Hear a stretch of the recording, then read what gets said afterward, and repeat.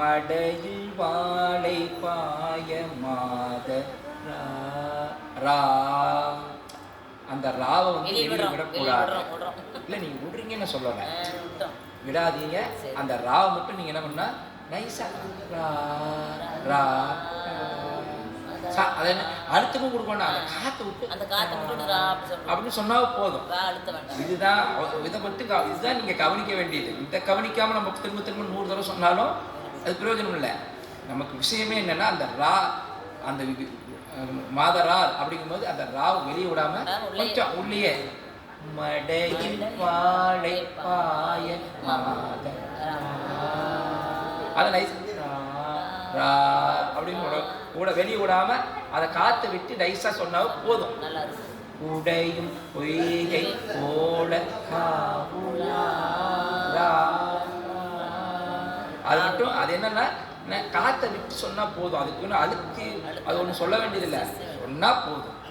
சடையும் பிறையும் சாம்பல் பூச்சும் உடையும் கொண்ட உருவம் அவ்வளோதான்.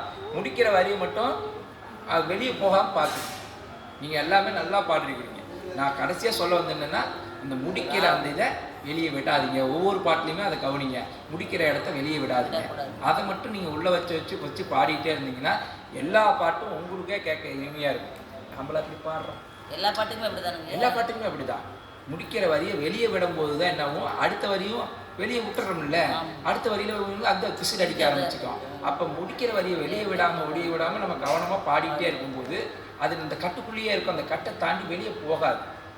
இவ்வளோதான் அதுக்குள்ளே இருக்கிற சூட்சுமம். அதை நம்ம ஃபாலோ பண்ணிக்கிட்டே இருந்தோம்னா போதும். நம்ம கூட நாமளாக பாடுறோம் அப்படின்னு நாமளே அதை ரசிக்க ஆரம்பிச்சிட்டோம். பரவாயில்லையே, நல்லா தான் பாடுவோமாட்டம் இருக்குது அப்படின்னு.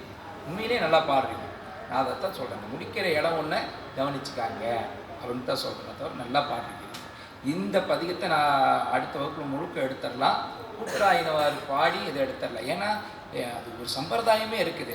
ஒரு தோடுடைய செய்வன் கூட்டுராயினவாறு பித்தாபிரி சொல்லி அப்படிங்கிறத தொட்டுடுத்தான் வருவாங்க.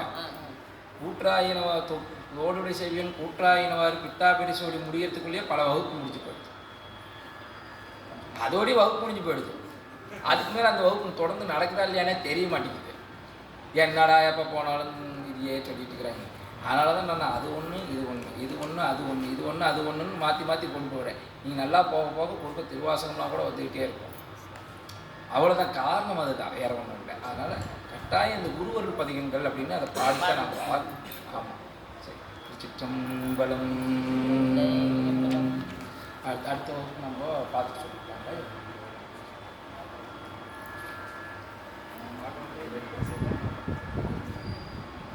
ஐயா, இந்த 3வது வரி எடுக்கும்போது எப்படி இருக்கும்? சடையும் பிறையும் எடுக்கும்போது. ஆமாம், இப்போ என்னென்னா வரி 2 வரி என்ன பண்ணுறோம்னா, இப்போ ஒரு பாயிண்ட் கூட நம்ம உள்ளே போக வேண்டியதில்லை.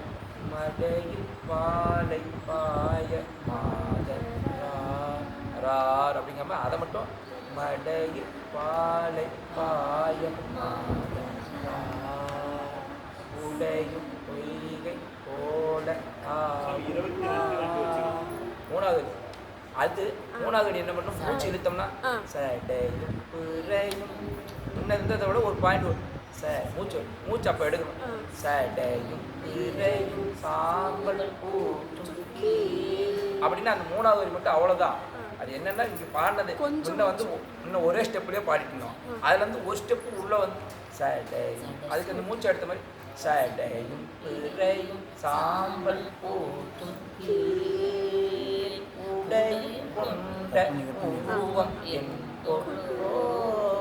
அப்படின்னா போதும், வேற ஒன்றும் இல்லை.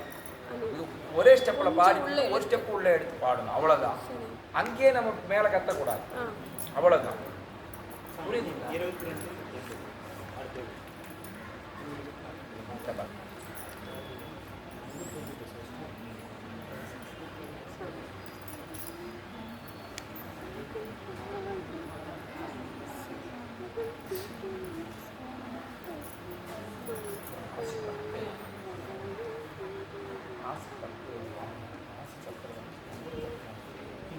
ஆமாம்,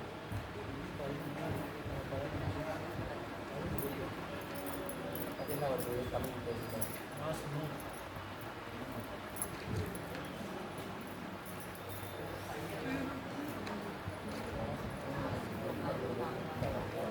இது தெரிவிக்கிறது அதனால் இதை சொல்ல மாட்டாங்க. ஆமாம்.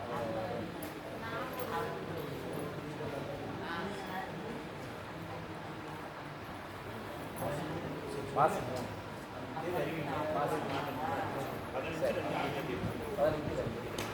இப்போ நம்ம அடுத்த வகுப்பு வந்து நம்ம வந்து 15/2. சரிங்க. பிப்ரவரி 5. ஆமாம், பிப்ரவரி 15/2. அன்னைக்கு சிவராத்திரி வருது. ஆமாங்க. 5/2 சிவராத்திரி. அதனால தான் அங்கே எங்கள் வகுப்பு 8ஆம் தேதி 5/2 வருதுங்க.